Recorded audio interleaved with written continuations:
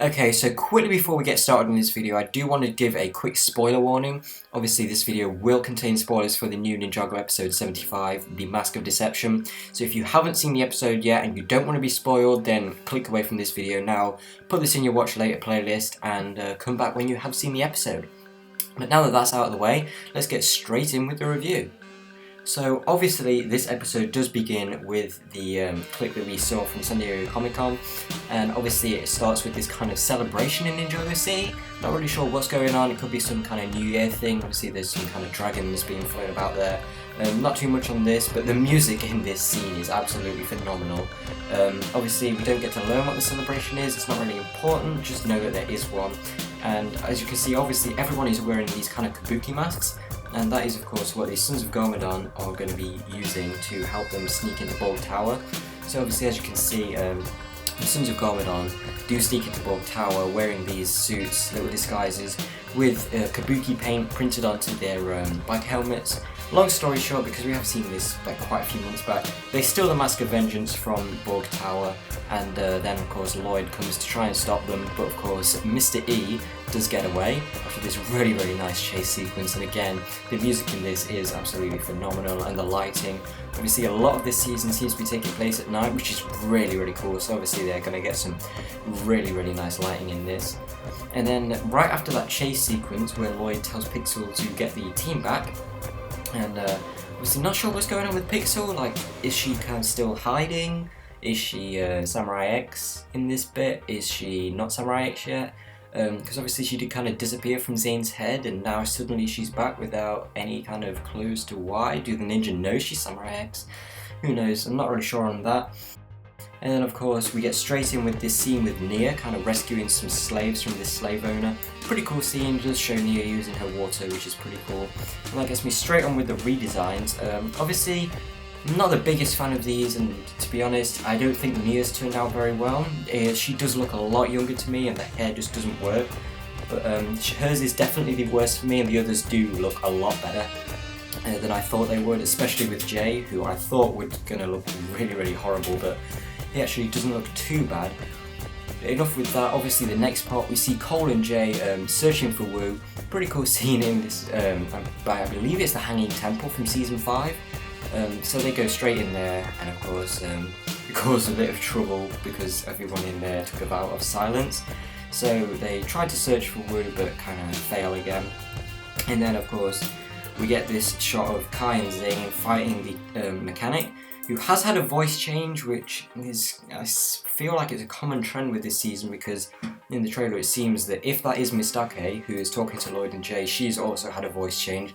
So I'm not a big fan of that. Obviously Lloyd's voice change is perfect, and they do kind of mention that later on in the episode, but any other character, it really doesn't work, and I'm not sure why they've done it, because the mechanic sounds a lot less intimidating and a lot more like Captain Soto. But of course Kai and Zane do take care of him, and then we see Zane's new cloaking mechanism where he can turn himself human. So that is basically it for the start of the episode, which we have seen quite a few months back, which now gets us on to the main kind of bulk of the episode, and that is of course the Mask of Deception part. So basically what happens is we start in the Bulk Tower with Lloyd bringing back the other ninja, and this is where we get a good look at the new redesigns, which as I said don't look too bad, but with the exception of Cole and Zane I'm really not a big fan, and I do wish they kind of still resembled their show designs a bit more, just with a few minor touches, which is basically what has happened with Cole and Zane. So I do think they could have done the same with the others and just not gone with the movie faces and kind of struck a balance between the two.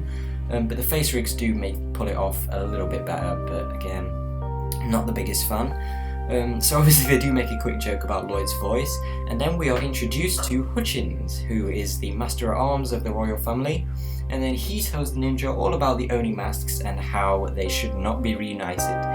So Hutchins does seem like a pretty interesting character.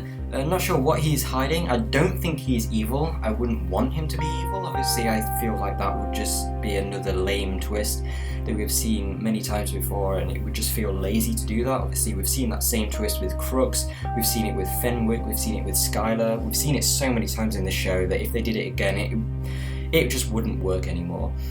So I do think Hutchins may be hiding something very sinister, but he's definitely not evil. At least I hope he's not evil. So anyway, enough with that. Obviously, the ninja are then hired to protect the royal family, and we get this nice scene where the emperor is giving a speech, and we kind of get to see the ninja in action against this little false alarm. So we see a Sons of Garmadon flag fly up, and then of course Lloyd goes in to protect the royals as the other ninja check out what's going on. And it turns out to be a false alarm, and that this obviously whichever Sons of Garmadon member was there just set off some firecrackers to distract everyone, which obviously does seem like a really clever plan, because now they can attack when the ninja aren't really expecting it, which we do see later in the episode. So yeah, I do think this is pretty cool. Obviously the ninja getting to do something with people who are really high up in power. Obviously it shows kind of how the ninja have evolved from just being simple vigilantes to now actually being hired and trusted by the royal family of all people. So that is pretty cool. Of course, they do then get invited into the Temple of Secrets, which Kai does make a joke about that, which honestly I'm not too happy about, because it just feels like Kai's personality has been completely changed in this episode, and he resembles more of a Jay rather than Kai. I do hope they fix that throughout the season, but as far as this episode goes, that definitely was not Kai there. He definitely felt too much like Jay. Maybe one or two jokes from him, but the rest really is something that Jay would have done. And then obviously we are introduced to the royal family, including Princess Harumi, and obviously all of the ninja bow down to her except for Nia, who kind of has to be reminded that she is amongst royalty here and should show some respect. Obviously Lloyd has to kind of nudge her elbow to make her bow down. And then when Princess Harumi is kind of talking to all the ninja, they all bow down respectively, and then Nia kind of hesitates until Harumi compliments her, which I do think, I don't know, it really doesn't make me like Nia in that.